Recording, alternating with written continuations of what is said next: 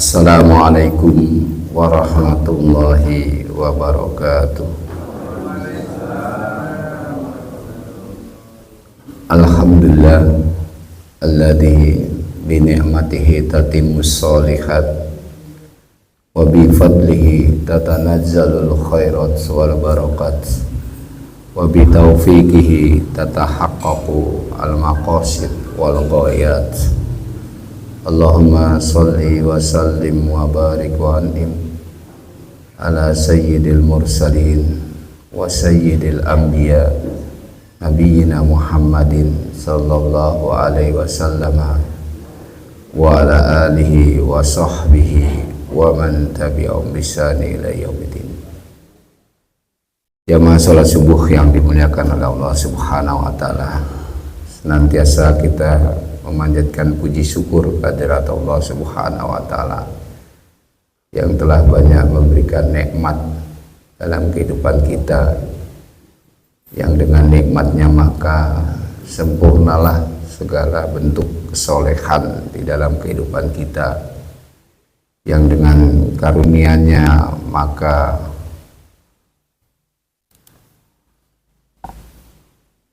turunlah segala bentuk keberkahan dan kebajikan di dalam kehidupan kita,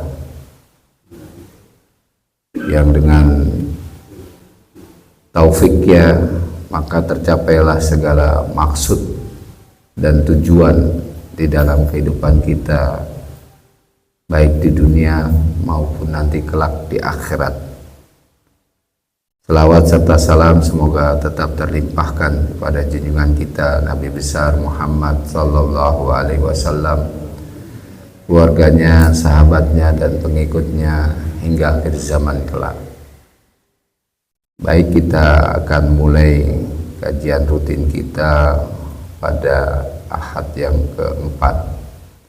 Insyaallah jika kita sama-sama diberikan umur dan kesehatan oleh Allah Subhanahu wa taala, dan semoga ilmu yang akan kita pelajari semakin menguatkan iman dan mendorong untuk amal soleh kita agar kita mau berbuat amal soleh. Dan semoga Allah Subhanahu wa taala dengan ilmu ini kita senantiasa dilindungi oleh Allah Subhanahu wa taala. Baik, ini saya hanya bawa 3 kitab tentang kitab yang membahas tentang Asmaul Husna. Sebenarnya ada sekitar 10 kitab ya. Kitab-kitab yang saya bawa ini termasuk kitab yang terbaik ya. Karena ada ulama yang membahas Asmaul Husna dalam berbagai aspeknya. Ada yang berdasarkan riwayat-riwayat lalu menjelaskan sampai aspek-aspek kehidupan yang bisa kita ambil dari Asmaul Husna. Lalu ada ulama juga yang mengkaji Asmaul Husna itu dari aspek tasawuf ya. Tasawuf berarti mengambil Asmaul Husna menjadi zikir atau wirid di dalam kehidupannya. Nanti kita juga akan mencoba melihat bagaimana aspek-aspek itu di dalam kehidupan seorang muslim. Baik, sebelum kepada masing-masing nama Asmaul Husna atau nama-nama Allah yang baik, kita akan membahas dulu tentang urgensi mempelajari Asmaul Husna, terutama ketika kita mengkaji Asmaul Husna ini, apa pentingnya, apa manfaatnya. Setiap kita yang mengkaji Asmaul Husna akan membawa dampak apa di dalam kehidupan kita. Apakah Asmaul Husna itu akan memberi kesadaran pada diri kita, pada jiwa kita, ataukah kita hanya sebatas memahami, meyakini atau mengimani tentang Asmaul Husna itu di dalam kehidupan kita, atau Asmaul Husna itu kita pahami tidak berdampak apa-apa di dalam kehidupan kita. Pertanyaan yang penting yang harus kita sama-sama memahaminya adalah apa pentingnya mempelajari Asmaul Husna.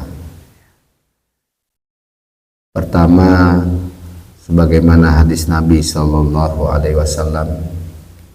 Hadis ini dinamakan hadis muttafaqun alaih.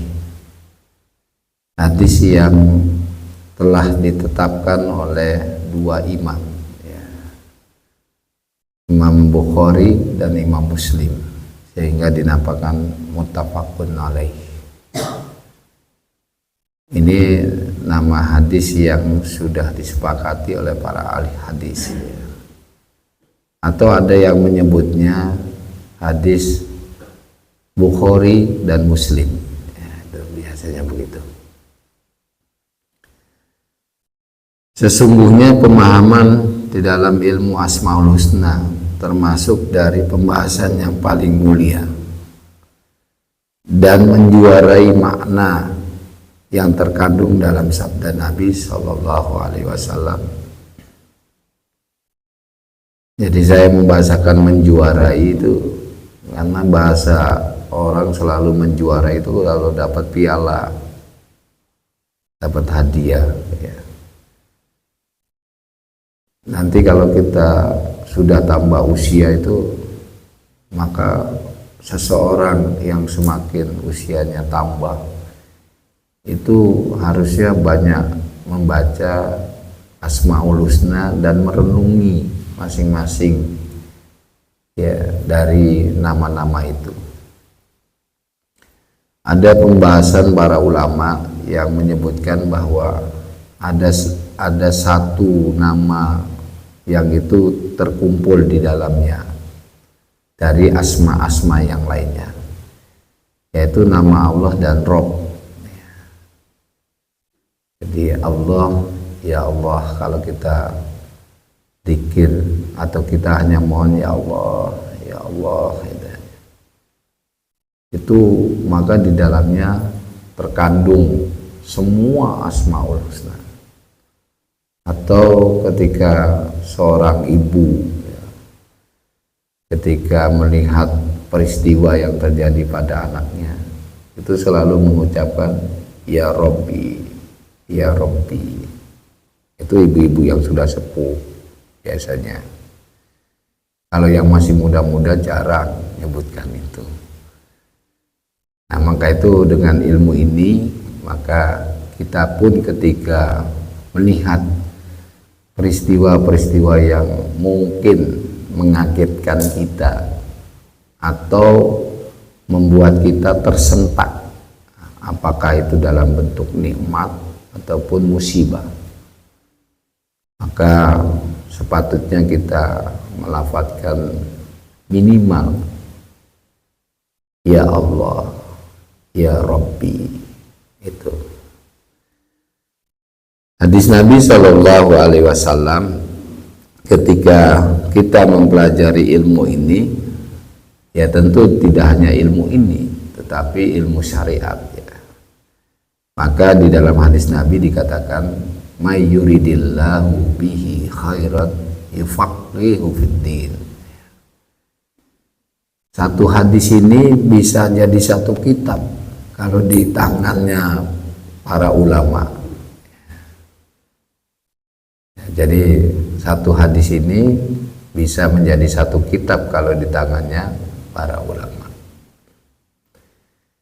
Barang siapa yang Allah inginkan kebaikan padanya, maka akan difahamkan dalam perkara agama. Kalau kita ingin tambah baik, maka kita harus belajar agama. Ini pemahaman yang pertama. Pemahaman yang kedua, ya, Kalau kita diinginkan oleh Allah kebaikan di dalam kehidupan kita, ya. Jadi ada yang kita perbuat, ada yang Allah juga perbuat. Imam Bukhari itu punya kitab namanya Af'alul Ibad, ya. Kitab Af'alul Ibad ini menangkis atau mengkritisi bahwa orang-orang Jabariyah, ya, selalu memutlakkan, ya, semua yang terjadi itu atas kehendak Allah semata. Maka manusia tidak bisa berbuat, ibaratnya ya manusia itu kayak seperti wayang, tergantung dalangnya. Padahal tidak, ya. Termasuk di dalam memahami hadis ini. Maka itu kenapa para ulama menulis satu kitab tentang hadis ini, ya.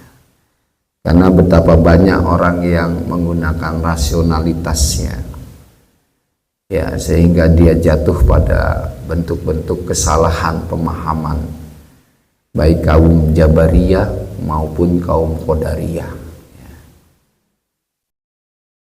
Kaum Qadariyah orang yang memutlakkan perbuatan manusia, ya, tidak hanya perbuatan manusia tetapi juga apa yang dimiliki oleh manusia. Contoh saja, banyak orang memahami bahwa kalau tidak ada uang tidak bisa selesai urusan, dan ini selalu terjadi di dalam kehidupan umat manusia, baik manusia yang beriman dan beramal soleh maupun orang-orang atau manusia yang tidak beriman dan tidak beramal soleh, sehingga tercampur kehidupan itu. Nah, inilah akhirnya Allah juga mengingatkan pada kita, liyabluwakum ayyukum ahsanu amala. Jadi ketika Allah ciptakan kehidupan kita, yang di dalam kehidupan itu ada kematian dan ada kehidupan. Kehidupan kematian itu maksudnya ada kegelapan dan ada keterangan. Atau ada orang yang menggunakan syariat, ada yang tidak menggunakan syariat. Maka ini menjadi ujian bagi kehidupan kita. Orang selalu memojokkan bahwa orang yang menjalankan syariat itu militan, ya, fundamentalis. Ini selalu dipojokkan. Padahal orang menjalankan syariat itu dia menjaga, ya, tidak hanya kehidupannya tapi agamanya, ya. Ya. Termasuk pemahaman terhadap hadis ini. Barang siapa yang Allah inginkan kebaikan padanya, maka akan dipahamkan dalam perkara agamanya. Jadi orang yang berusaha, ya, untuk menuju kebaikan yang Allah berikan juga kepadanya, gitu. Jadi di sini selain Allah punya af'al, ya, perbuatan Allah, ya, masyiatullah, maka di sini juga ada perbuatan kita, ya. Maka itu Ahlus Sunnah itu berada di tengah antara Jabariyah dan Qadariyah, ya. Jabariyah akhirnya menjadi, ya, firqah-firqah yang sangat banyak juga, termasuk firqahnya Sufi, tasawuf, orang-orang Sufi, ya, yang orang-orang Sufi itu selalu, ya, memanfaatkan kehidupan ritual, ya, ya, kehidupan ritualnya sebagai bentuk, ya, ya, bentuk yang selalu mengiringi kehidupannya. Tetapi muncul sufi-sufi yang sudah tidak memperhatikan syariat, ya, jarang ke masjid, nggak mau ke masjid, Itu banyak sufi-sufi itu zikir ya, di ruang khusus, tapi dia tidak sholat, itu tidak mau sholat ke masjid bersama kaum muslimin. Padahal zikir yang paling utama itu adalah sholat. Ya, aqimis sholata lidzikri. Ya. Jadi kalau mau menangkis orang-orang sufi yang tidak mau syariat sholat, itu dengan itu aja, dengan Quran. Nah, ini pertama. Jadi termasuk kita mempelajari Asmaul Husna itu tujuannya agar Allah menjadikan kita lebih baik ya. Dan belajar Asmaul Husna ini ilmu yang paling mulia ya. Ilmu yang paling mulia. Masih judulnya. Oh, masih judulnya. Stop dulu. Stop dulu. Ini. Dia stop dulu.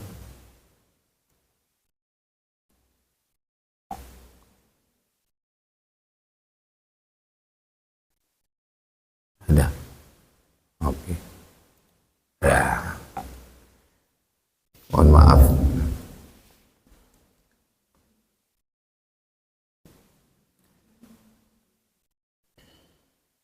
Ini hadis yang berkaitan dengan mayuridillahu bihi khairan yufaqihu fiddin ya.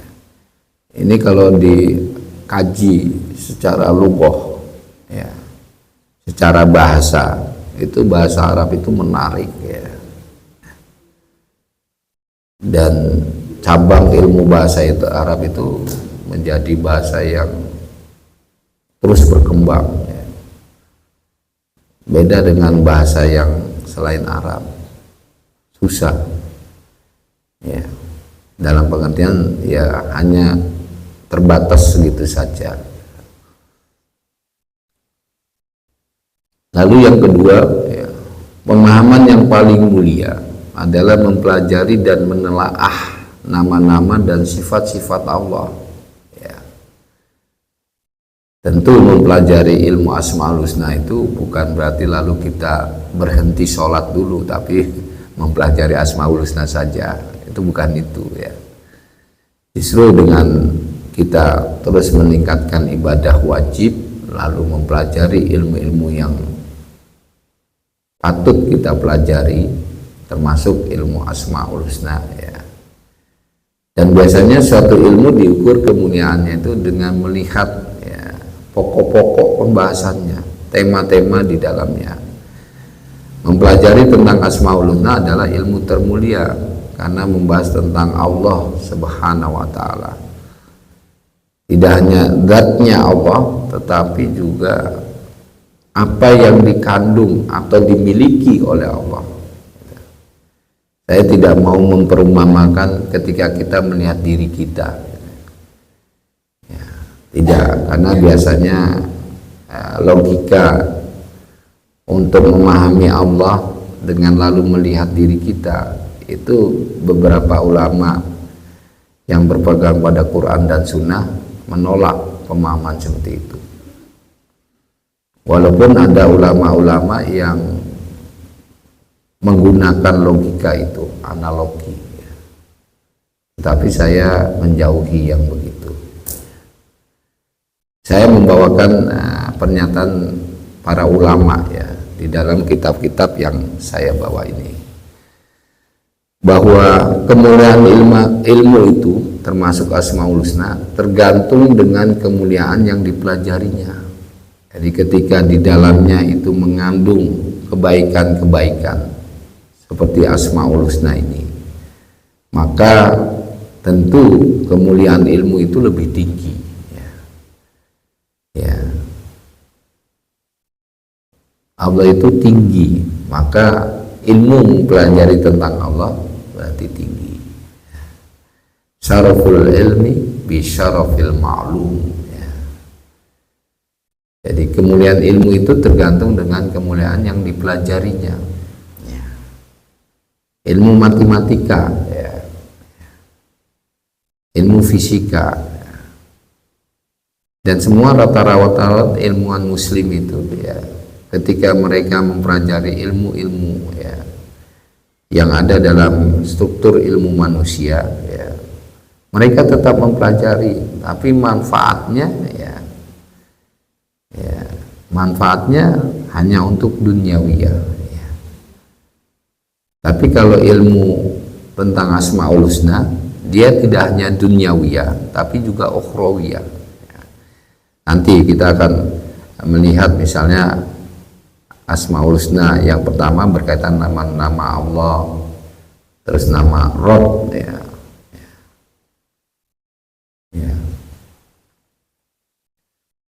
Maka ilmu Asmaul Husna adalah ilmu termulia dari semua ilmu-ilmu yang ada di muka bumi ya, karena membahas tentang nama-nama Allah dan sifat-sifat yang mulia ya. Maka itu menghafal Asmaul Husna menjadi penting juga ya. Dan biasanya anak-anak kita disuruh menghafalnya dengan cara nada dan irama atau dengan lagu ya. Tapi juga jangan dilagu-lagukan ya. Karena Asmaul Husna itu bukan untuk dilagukan ya.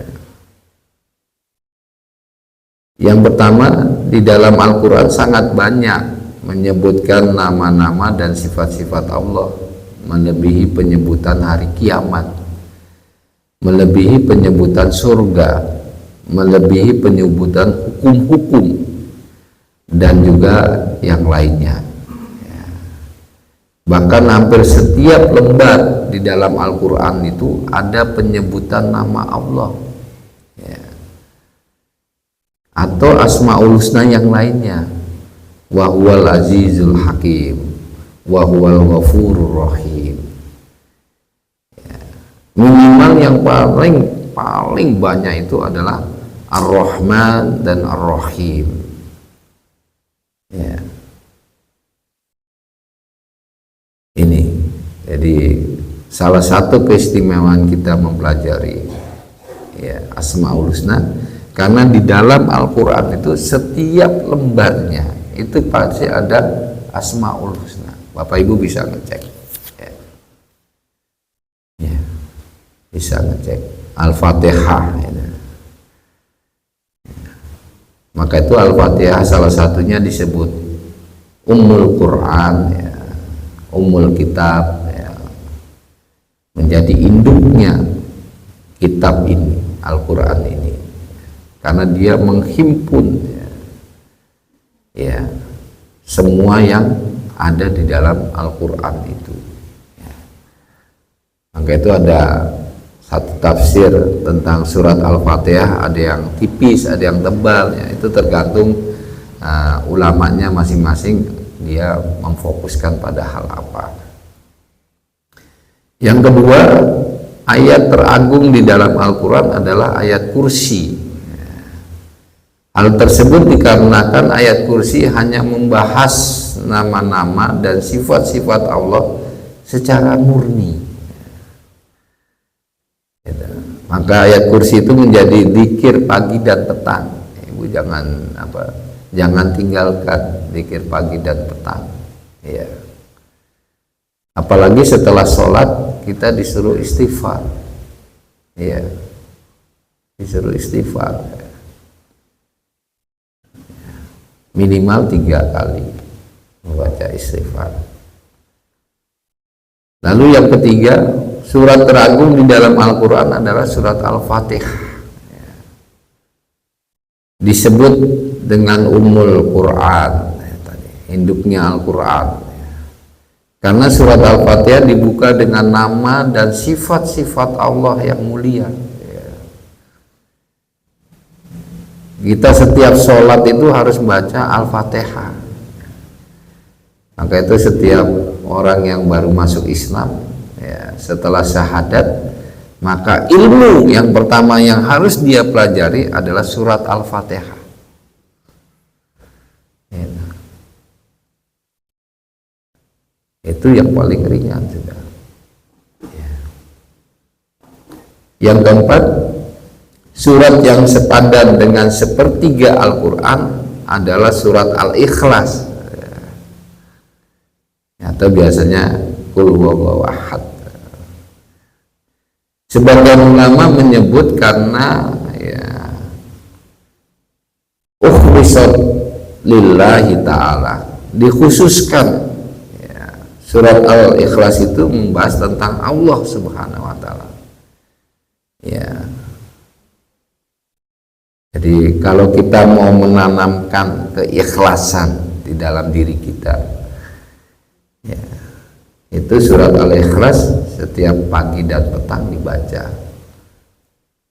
atau 3 kulhu, itu menjadi zikir pagi dan petang.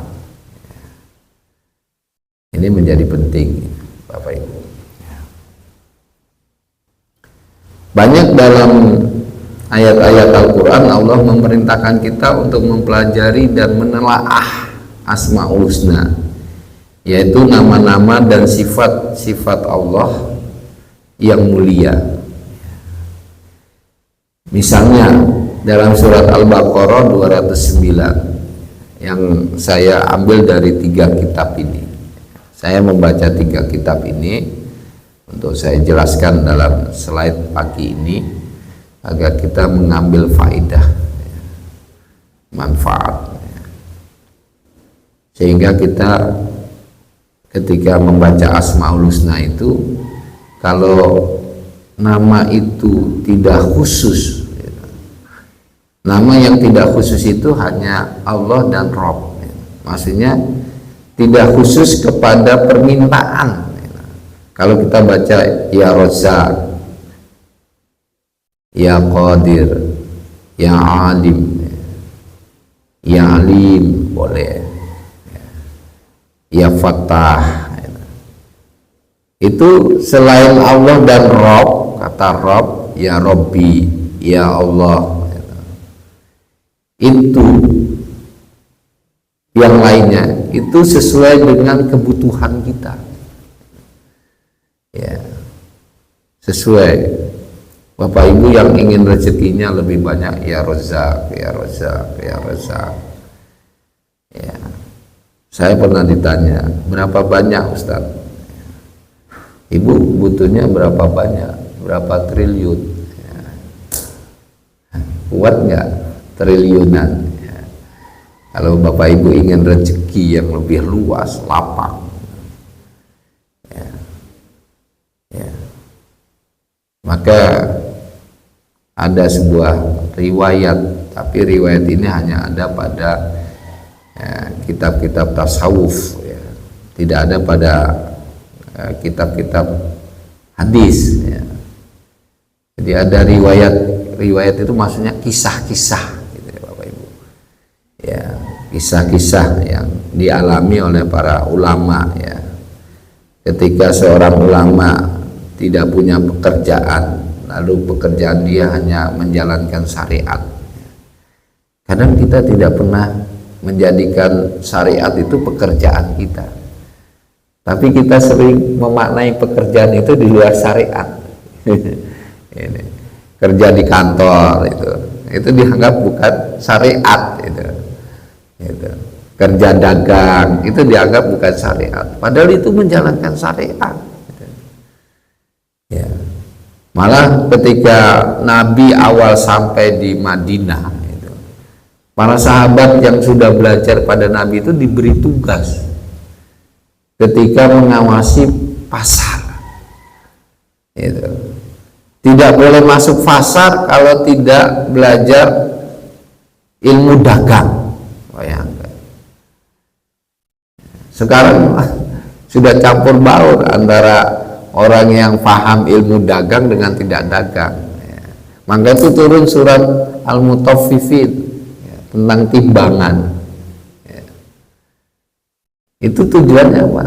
Karena ketika itu ada kecurangan di pasar tentang timbangan. Jadi sekarang kita itu selalu memisahkan bahwa pekerjaan itu di luar syariat. Padahal menjalankan syariat itu pekerjaan. Ini Sama dengan belajar ilmu Asmaul Husna ya.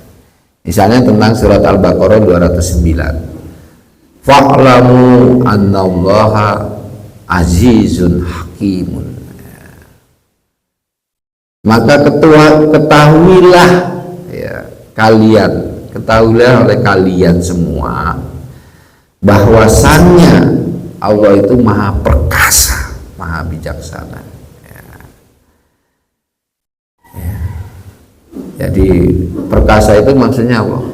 Allah itu punya kekuatan yang sangat besar ya. Ketika ulama menjelaskan tafsir ayat ini, itu membawakan sebuah riwayat, yang riwayat ini dalam hadis Nabi Shallallahu Alaihi Wasallam. Seorang suami istri mengadu kepada Nabi Shallallahu Alaihi Wasallam, mengadu kepada Nabi tentang anaknya yang ditahan ya, bersama kaum muslimin yang lainnya. Maka Nabi ya mengajarkan kepada kedua orang tua itu agar anaknya bisa lepas, bebas dengan bacaan hauqalah, la haula wala quwata illa billah. Kalau Nabi menyuruh lalu tidak ada bilangan, Bapak Ibu, maka baca tanpa batas. Itu. Jadi kalau ada riwayat hadis, bacalah ini, lalu tidak ada jumlahnya, maka bacalah semampunya sesuai dengan kebutuhan. Atau bahasa lainnya kata para ulama ketika menjelaskan hadis ini, sampai tujuanmu tercapai. Maka itu kenapa di muqaddimah saya bacakan pengantar dengan bacaan wa bi taufiqihi tatahaqqaqu al maqasid wal ghayat. Yang dinamakan taufik itu ketepatan apa yang kita jalankan dalam syariat ya, termasuk baca hauqalah misalnya, tatahaqqaqu al maqasid wal ghayat. Dengan ketepatan kita menjalankan syariat itu, Allah akan mencapaikan tujuan dan maksud kehidupan kita ya. Kalau Bapak Ibu pernah mengalami ya menjalankan syariat ya, zikir pagi dan petang saja, lalu ada merasakan faedahnya, itu harusnya tambah semangat ya, tambah semangat ya. Zikir pagi dan petangnya ini suruknya sampai jam 5.34 ya, kita tambah 5 atau 10 menit ya. Ya. Jadi fa'lamu annallaha azizun hakim. Lalu suami istri ini terus membaca hauqalah tanpa batas ya. Ya. Lalu anaknya itu lepas ya, bebas bersama teman-temannya kaum muslimin, lalu membawa barang rampasan ya. Ya. Ada orang tanya, Ustaz, kok kaum muslimin kejam ya mengambil harta rampasan? Nah, kalau kaum kufar yang memerangi kita harta rampasannya tidak diambil, nanti memerangi kita lagi gitu. Itu masalahnya. Kita ambil supaya dia tidak bisa memerangi kita, dan itu syariat, bukan kejam itu, bukan.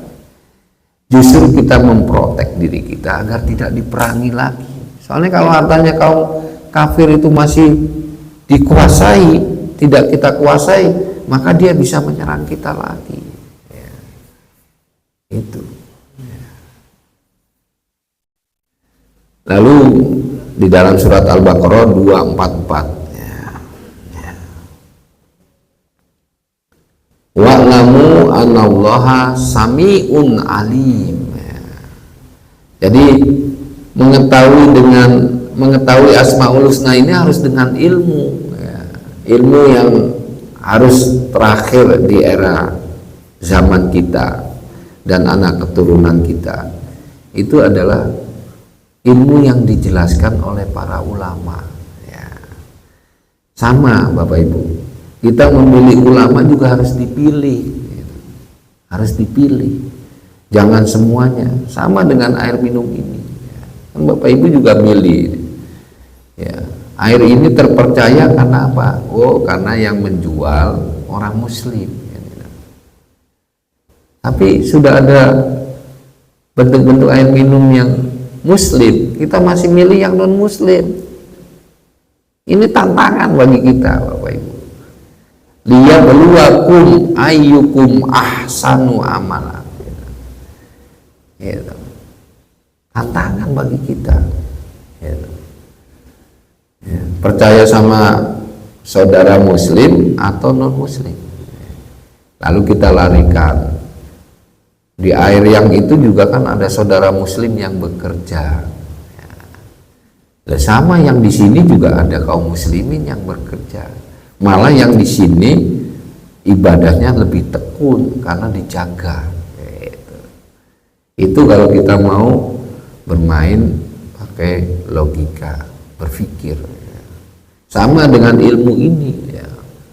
Kita bukan belajar ilmu al-asmaul husna itu bukan hanya karena ingin membaca lafadznya, tapi membangun kesadaran kita di mana asmaul husna ini kita akan baca ketika kita punya hajat.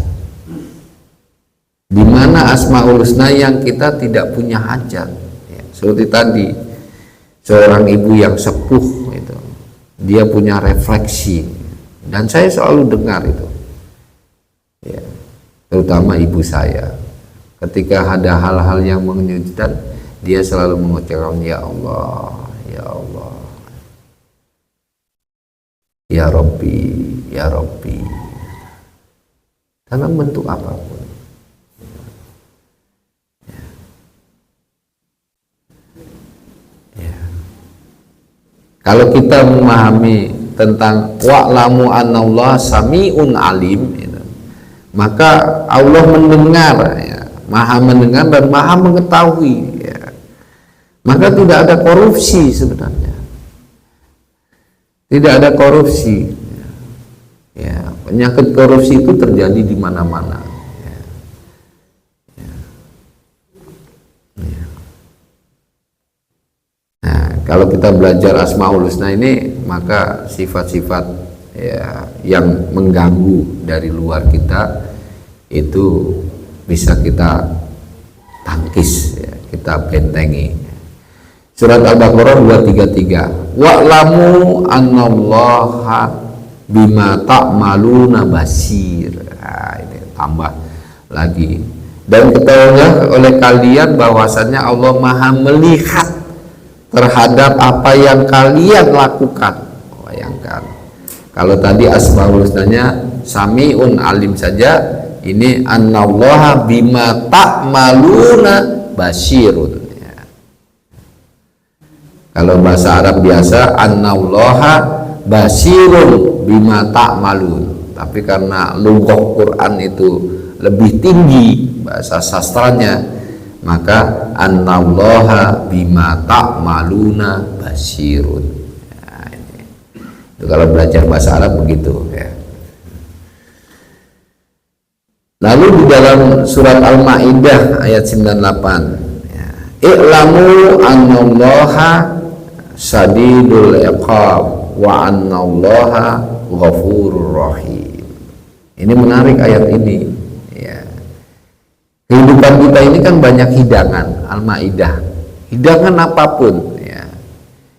Hidangan uang, hidangan emas, kan itu, ya, itu, ya, hidangan makanan, gitu, ya. Ini kan yang sekarang banyak diburu mas, ya, sekarang ini kan emas, ya, emas, karena emas lagi naik terus itu, dikumpulkan. Nggak apa-apa kaum muslimin membentengi diri, nggak apa-apa, bagus, ya, daripada uangnya ditaruh di bank. Ya, ketahuilah oleh kalian bahwasannya Allah maha keras siksanya syadidul iqab, ya. Dan bahwasanya Allah Maha Pengampun dan Maha Penyayang. Ya. Di dalam ayat ini Allah bukan mendahulukan syadidul iqab itu marahnya, bukan. Ya. Tapi ya kita lihat Allah mendahulukan sifat Ghafur dan Rahimnya. Ya. Setiap kata yang Asmaul Husnanya diakhirkan lalu adab atau peringatan itu didahulukan daripada Asmaul Husna, maka itu maksudnya agar yang diperhatikan itu Asmaul Husnanya dan yang sadidul iqabnya dijauhi. Maksudnya sering-sering kita mengingat bahwa Allah itu Ghafurur Rahim. Kita tambah 5 menit lah minimal. Kalau maksimal biasanya 10 menit.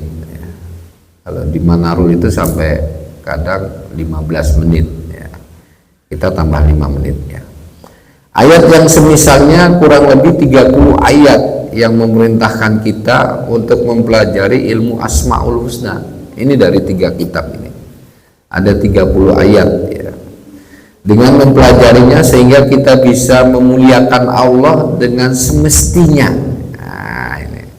Maksudnya semestinya apa?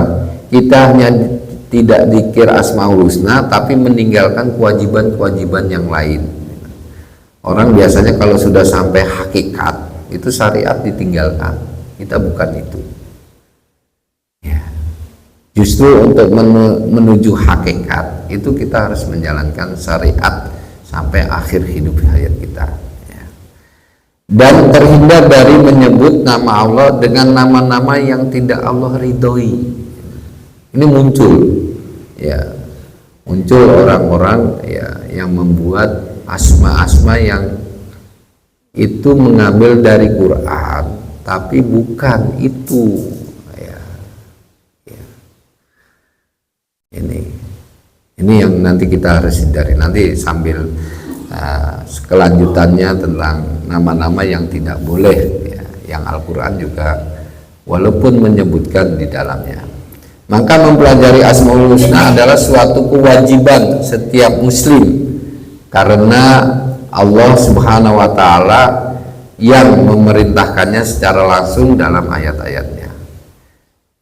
Ini faedah agung mempelajari Asmaul Husna sebagaimana kita contohkan di sini adalah meningkatkan keimanan dan ketakwaan kita ya. Dan juga dapat merubah kehidupan kita ya. Dan juga menjadi dakwahnya para rasul ya. Inna da'watar rasul taduru ala salasati umurin ya. Al aslu al awal ta'rifu Rabb al-mad'u ilaihi bi asma'ihi wa sifatihi wa af'alihi. Jadi di dalam Asmaul Husna itu Ar-Razzaq, Allah pemberi rezeki. Maka itu di dalam ayat Al-Quran wa mimma razaqnahum yunfikun. Jadi kita melakukan infak itu karena kita diberi rezeki oleh Allah. Jadi rezeki yang ada dalam kehidupan kita itu bukan rezeki karena kita bekerja, tapi Allah berikan. Al aslu asani ma'rifatu tariqati mausulah ya, ilaihi wa hiya dzikruhu wa syukruhu wa ibadatuhu ya. Jadi allati tajma'u kamala hubbihi wa kamala dulli ya, lahu. Jadi yang kedua ya, bahwa mendakwahkan tata cara agar kita bisa mengenal Rabb Allah, yaitu dengan mengingatnya, mensyukuri nikmatnya dan beribadah kepadanya, yang semua itu dapat menumbuhkan kesempurnaan rasa cinta kita kepadanya dan kesempurnaan ketundukannya, dzil ya.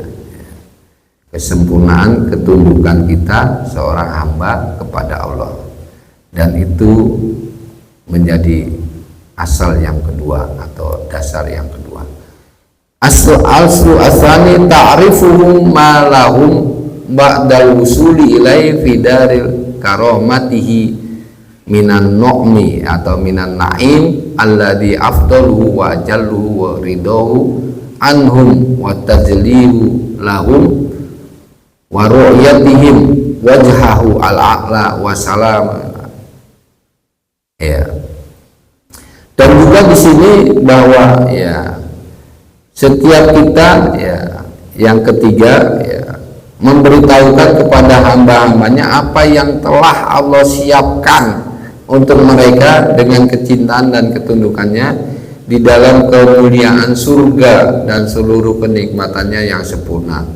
Lagi memuliakan para penghuninya disebabkan karena ridho mereka terhadap Allah Subhanahu wa taala dan juga kenikmatan memandang wajah Allah ya, yang mulia dan juga atas apa yang Allah ucapkan ya, dalam kehidupan kita, termasuk dalam firman-Nya. Maka mempelajari tauhid beserta nama-nama Allah Asmaul Husna merupakan faedah yang sangat besar. Jadi Asmaul Husna ini bagian dari ilmu tauhid ya. Maka kita mempelajari Asmaul Husna pada dasarnya adalah mempelajari tauhid.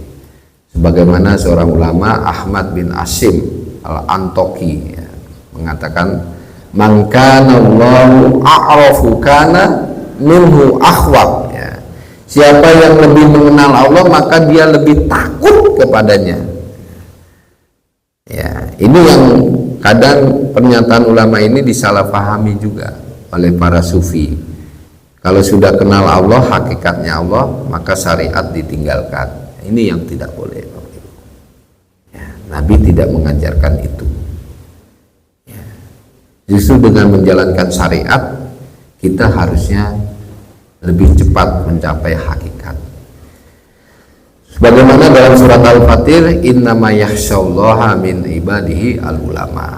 Ayat ini menjadi penting di dalam kehidupan kita karena Imam Ibnu Katsir menjelaskan jika pengetahuan hamba terhadap Allah yang Maha Agung, yang disifati dengan sifat sempurna, yang disifati dengan nama-nama terindah semakin besar dan luas, maka rasa takutnya kepada Allah semakin besar dan semakin tinggi.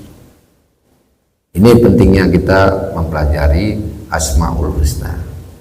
Dan sesungguhnya kehidupan manusia yang berdasarkan kehidupan perasaan hati dan ruhnya, hati tidak akan hidup kecuali dengan mengetahui penciptanya, kecintaan kepadanya, penyembahan kepadanya semata, dengan bertaubat kembali kepadanya, semuanya karena kita mempelajari Asmaul Husna.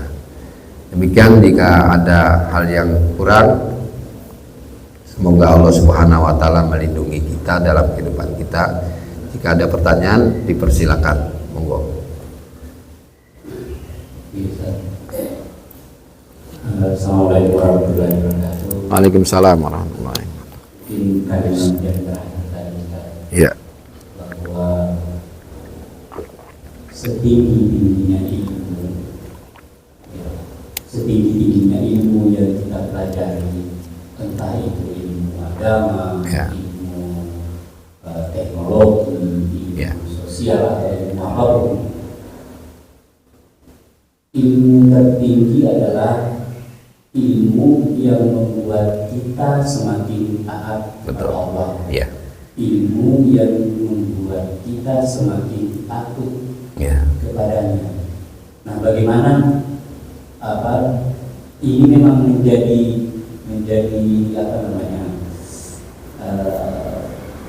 prinsip dalam hidup kita. Karena kadang-kadang kan, kenapa belajar ini lama, belajar ini, saya mau bekerja ini, saya mau Ya. menyelesaikan masalah ini, saya mau Ya. menyelesaikan ini.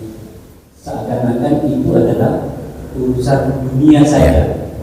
Belajar urusan akhirat itu menganggap belajar itu ketika di masjid, ketika di Ya. sementara ilmu yang lain tidak disangkutkan dengan yang lain. Ya. Setinggi-tingginya ilmu adalah ilmu yang membuat kita semakin dekat. Ya. Betul. Ya. Ini saya jawab dengan surat An-Nahl. Ya. Jadi dalam surat An-Nahl ayat 128 ya, innallaha ma'al ladzina taqaw wal ladzina hum muhsinun ya. Sesungguhnya Allah beserta orang-orang yang bertakwa dan orang-orang yang berbuat kebaikan. Kata takwa itu bukan hanya di masjid memang ya.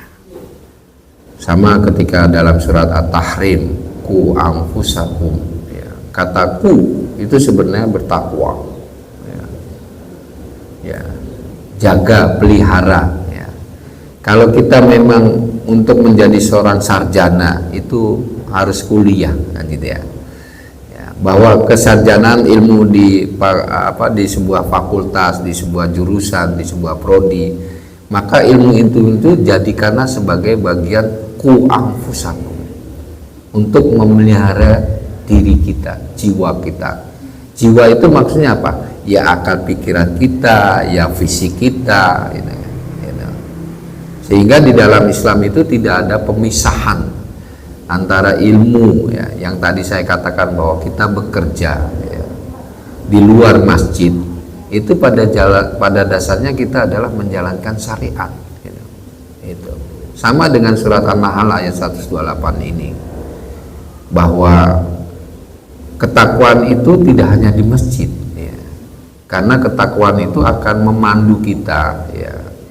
Ketakwaan yang ada di masjid ya, itu akan memandu kita menjadi orang yang baik, ihsan, walladzina hum muhsinun ya.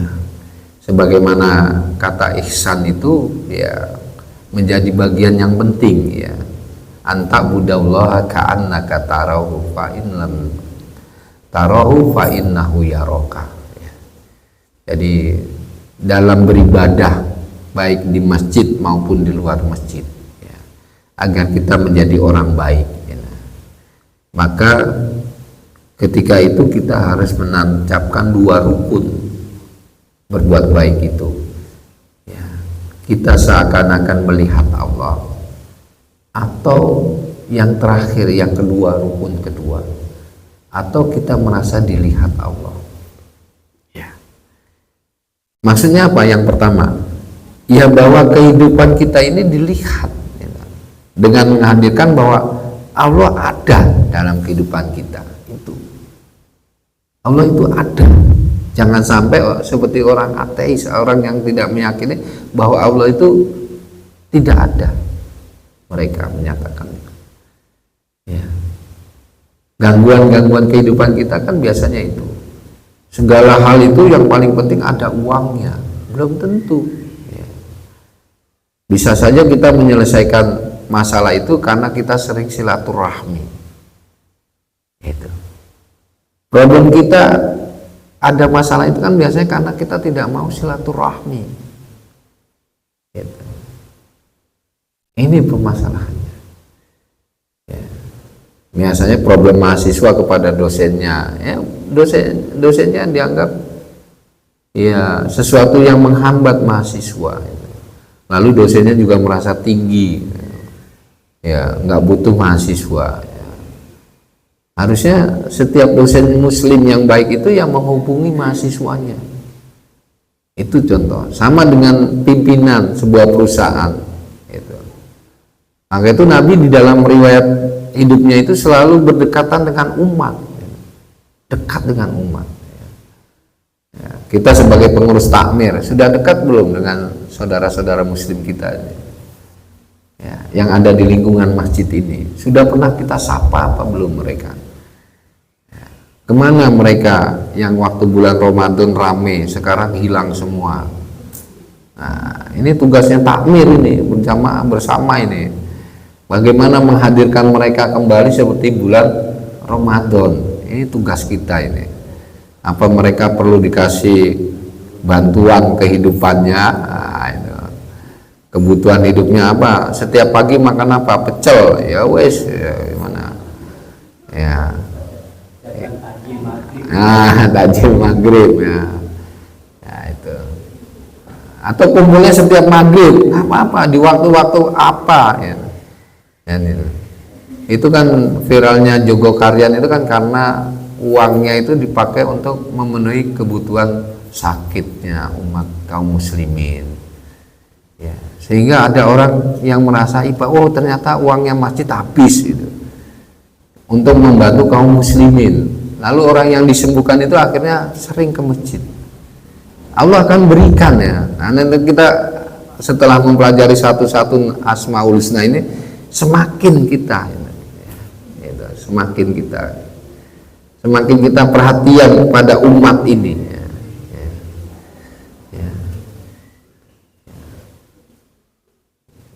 Jadi Nun Sewu misalnya, saya kasih contoh ya, setiap masjid memberi amplop saya, itu di rumah udah ada berapa orang yang sudah nunggu, ada berapa seorang yang sudah nunggu minta ya, karena tahu jadwal saya.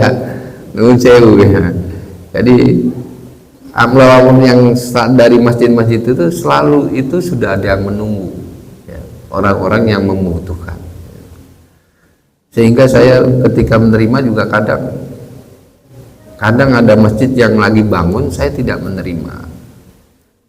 Saya bukan bercerita kepada ini tahadus nikmat ya. Jadi kehidupan kita itu sebenarnya hanya sepiring saja cukup itu, bukan hal itu. Saya pakai sepeda motor itu lebih cukup sampai ke Panjen. Kalau ustadz-ustadz yang lain nggak mau pakai sepeda motor ke Panjen ya, ke Panjen saya nanti ke Jabung saya ya, ke Jabung itu saya pakai sepeda motor ya, amin ya. Nikmat ya. Tentu ya, kita kalau naik sepeda motor kan bukan pembalap ya, secukupnya 60 sampai 70 aja cukup ya, itu. Jadi memang kita sekarang ini sedang membangun ya, tidak hanya kaum muslimin tapi diri kita. Maka itu mari berjamaah kita tegakkan bahwa menjalankan syariat itu bukan di luar pekerjaan, justru menjalankan syariat itu pekerjaan kita, dan itu pekerjaan yang sudah jelas itu ya. Istri kita jaga pakai jilbab ya. Anak-anak kita ajak ke masjid ya. Dulu saya kecil itu kalau tidak pergi ke masjid dipukul sama ayah saya, walaupun ayah saya tentara. Kalau tidak belajar ngaji di madrasah yang ada di masjid gitu, saya dimarahi sama ayah saya. Jadi mari kita mendidik anak-anak kita untuk belajar agama lebih baik lagi.